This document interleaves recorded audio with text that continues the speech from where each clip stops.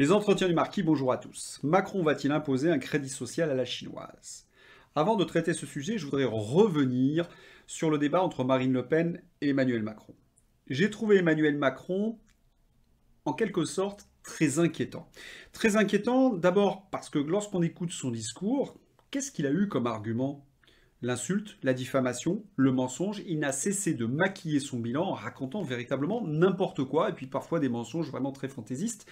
Il a quand même, par exemple, il a quand même dit que lorsqu'il était ministre de l'économie, il a restructuré les grandes entreprises françaises alors qu'il a vendu nos fleurons nationaux aux Américains, Technip, Alcatel ou évidemment Alstom.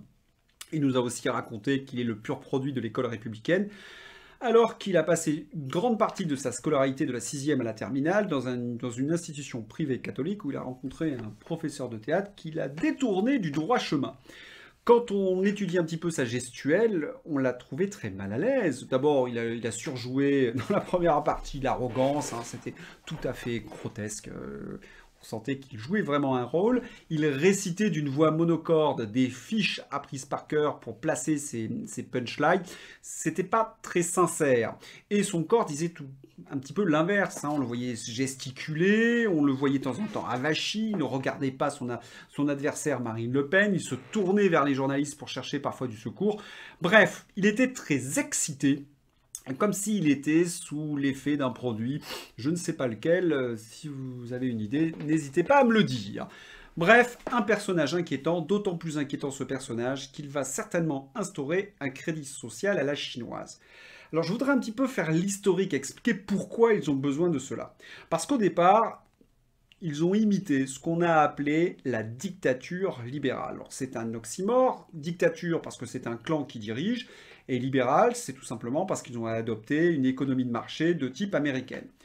Le pays qui a mis au point ce système, c'est Singapour. Alors c'est un pays que je connais bien, j'y ai habité, et ce que je peux témoigner, hein, c'est que d'abord il n'y a pas de pluralité de la presse. Singapour est toujours classé dans les derniers du classement sur la liberté de la presse. Il y a une censure très stricte, hein. Vous n'avez pas le droit de critiquer le clan qui dirige Singapour. Les élections ne sont qu'une mascarade, et quand un naïf essaie malgré tout de fonder un parti et de dénoncer la corruption qui règne dans le clan qui gère Singapour, eh bien la justice s'intéresse très rapidement à lui. Cette justice invente des affaires et ce pauvre naïf se retrouve en prison. Voilà ce que c'est qu'une dictature libérale, le modèle qu'ils ont essayé de mettre en place. Car si vous regardez l'état de la France, nous sommes très proches de cette dictature libérale. Nous avons donc une économie de marché mondialisée. Vous êtes dans un pays où la censure règne, vous n'avez pas le droit de remettre en cause l'immigration. Les journaux n'en parlent pas. Vous n'avez pas le droit de remettre en cause l'Europe. Vous ne voyez jamais aucune affaire sortir lorsqu'il s'agit de commissaires européens, voire de la présidente de la Commission européenne, Ursula von der Leyen.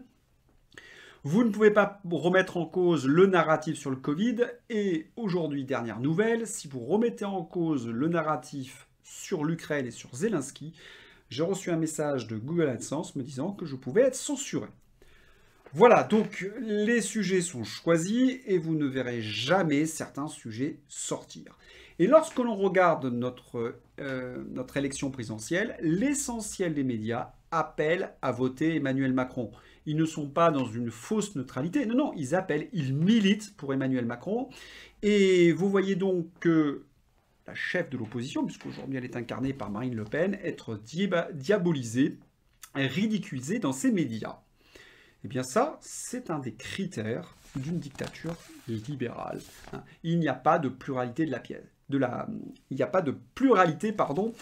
la presse.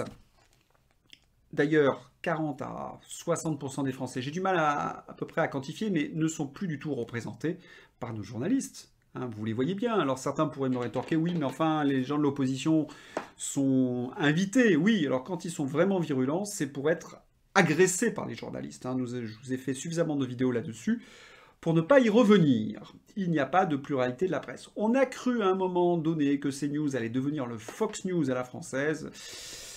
Ça n'a pas duré très longtemps.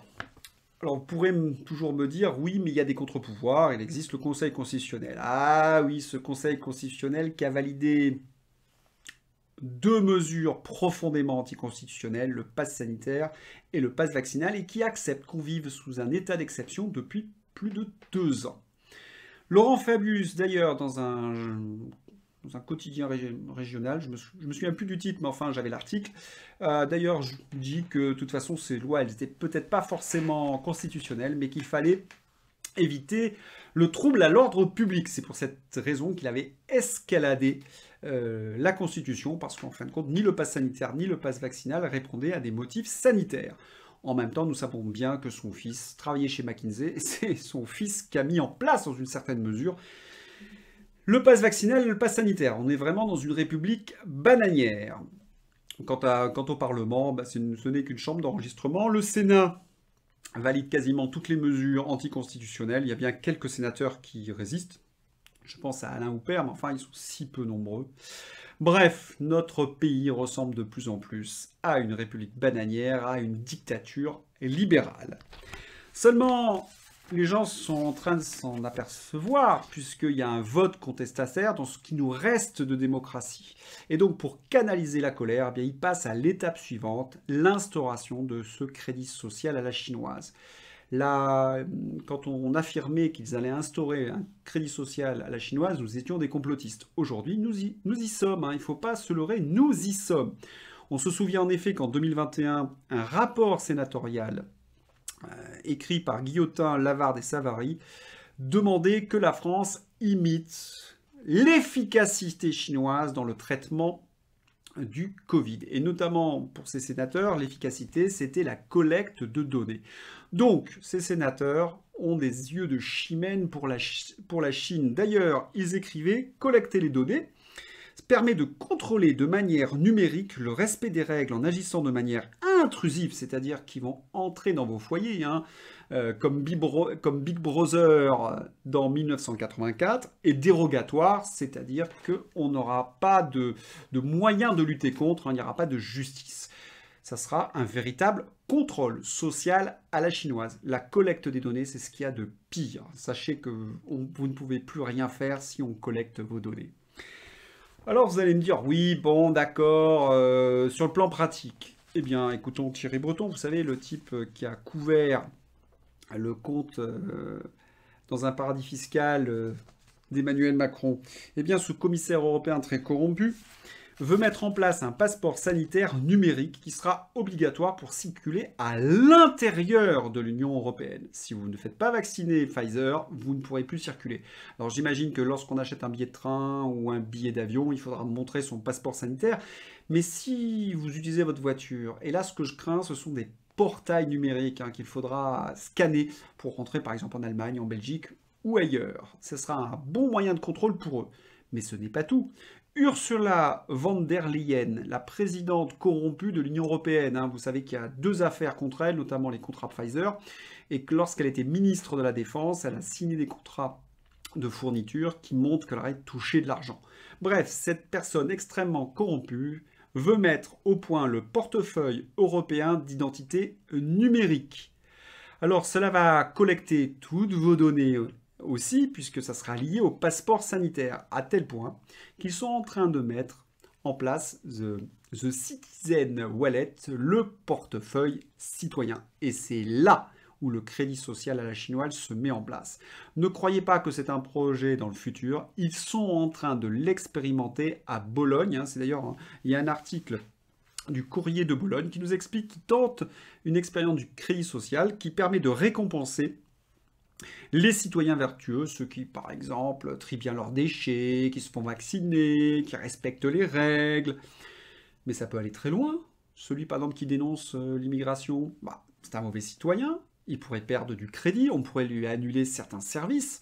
Alors, un des bons moyens, c'est par exemple vous couper vos comptes bancaires. Ça a été mis en place par Justin Trudeau, notamment pour lutter contre le convoi pour la liberté. N'oubliez pas que il y a des exemples un peu partout dans le monde. Par exemple, vous avez une voiture, vous avez dépassé votre crédit carbone, eh bien, on vous empêche de faire le plein. Vous avez un pavillon de banlieue qui consomme trop d'énergie, On vous coupe là aussi quelques crédits et puis vous ne pouvez plus rien dépenser. Vous allez être obligé de vendre votre pavillon et puis peut-être de vous retrouver dans ces logements collectifs fabuleux à intensité heureuse hein, que nous avait vendu Emmanuel Vargon. Ça va être ça. Ils vont canaliser, contrôler pour éviter que vous manifestiez de la colère. Vous ne pourrez plus rien faire. Et Klaus Schwab, dans la grande réalisation, avait annoncé ce futur. Ils sont en train de le faire. Et donc la réélection de Macron, bien c'est ce futur qui est là.